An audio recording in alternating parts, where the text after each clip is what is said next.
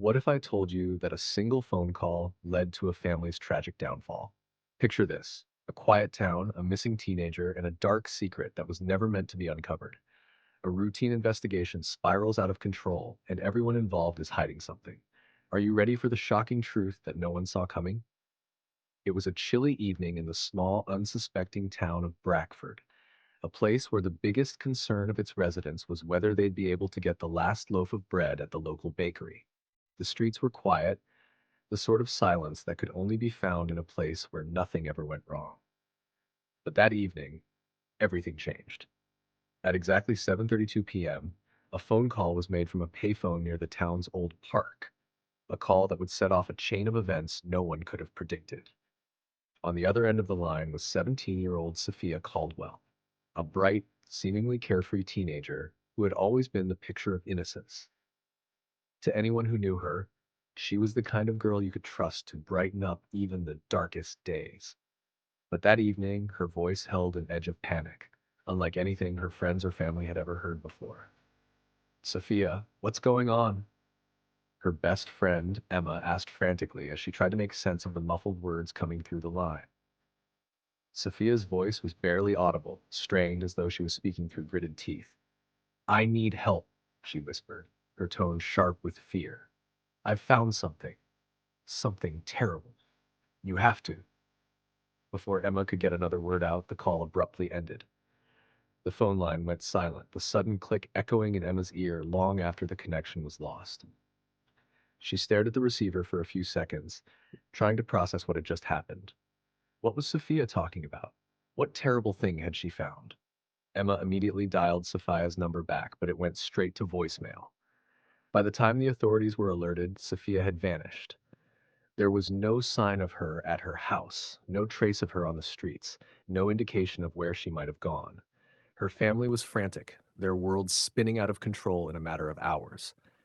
Mrs. Caldwell, Sophia's mother, could barely hold herself together as she spoke with the police.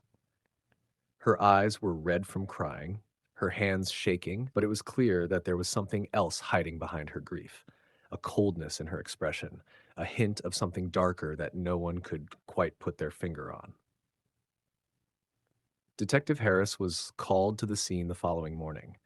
A man in his mid-40s, he had seen his fair share of tragedies, but nothing like this. Brackford wasn't a town that had much need for an investigator like him. Most of his career had been spent working in larger cities, solving cases that involved complex criminals and convoluted motives. Here, things were usually simple, but this case was different. The tension in the air felt thick, oppressive, as if something sinister was waiting to be uncovered. As soon as Harris entered the Caldwell household, he noticed the strange vibe. The house, once full of life, felt empty, as though it had lost its warmth the moment Sophia's disappearance became known. Mrs. Caldwell was still in the kitchen, her face buried in her hands, but it wasn't just grief that was apparent. There was something guarded about her, something she wasn't willing to show anyone. Harris noted her reluctance to speak about certain details, the way her eyes darted away when asked specific questions. "It's just not like Sophia," Mrs. Caldwell muttered over and over, her voice strained with anguish. "She would never just run off. She must be in danger. Someone must have taken her." But Harris was beginning to wonder if the truth was something entirely different. His experience told him that people weren't always what they appeared to be, and there was something about Mrs. Caldwell's response that didn't quite add up. The frantic behavior could easily be a facade to hide the true nature of what had happened. Could she be involved somehow? The police started their investigation immediately, questioning everyone who might have known anything about Sophia's whereabouts that evening. But the trail seemed to go cold quickly. Her friends reported nothing unusual, and no one had seen her leaving the house after the phone call. What was worse was that the payphone she had called from, located on the far edge of town, was rarely used by anyone except a few of the older, more eccentric residents.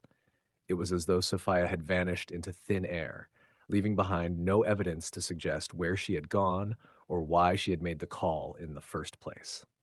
Over the next few days, the investigation unraveled a series of unsettling details.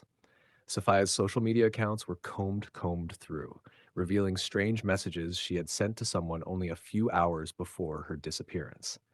They weren't from any of her close friends or family, but rather from someone she had only just started talking to, a boy she met at a party 2 weeks prior, someone whose name didn't ring any bells for her family. His messages were cryptic, sometimes flirtatious, other times urgent, urging her to meet him without revealing too much. The conversations grew increasingly mysterious, but what stood out the most was one message that sent chills down the spine of the investigators. I know what you found. Don't tell anyone, or there will be consequences.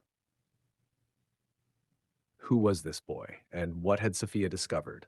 As Harris dug deeper, he realized the small town's perfect exterior was a mask hiding long buried secrets. He soon found himself questioning everyone friends, neighbors, even family.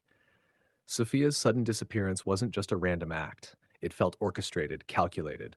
Someone was covering their tracks, and every new lead seemed to raise more questions than answers. The deeper Harris went, the more it became clear that this wasn't just a simple missing persons case. Someone in Brackford was hiding something, and the more they tried to keep it buried, the more it threatened to surface. As the search for Sophia intensified, Harris was convinced of one thing. Someone knew exactly where she was, and they were willing to do whatever it took to keep the truth from coming out.